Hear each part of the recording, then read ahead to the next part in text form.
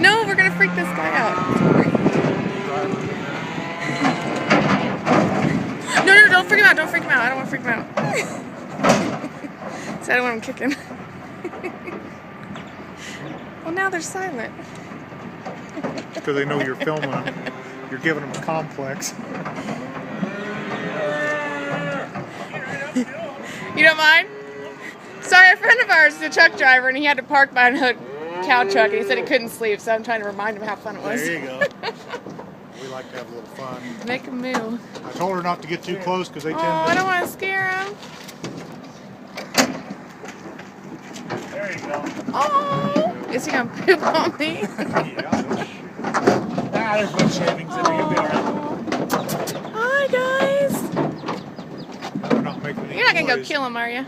No. You're just moving We're him? going to Montana to new home. Aww. Why are they all quiet now? I need the mooing. There. Because they're wondering what we're doing. That's awesome. This is what it sounds like when Neil's snoring.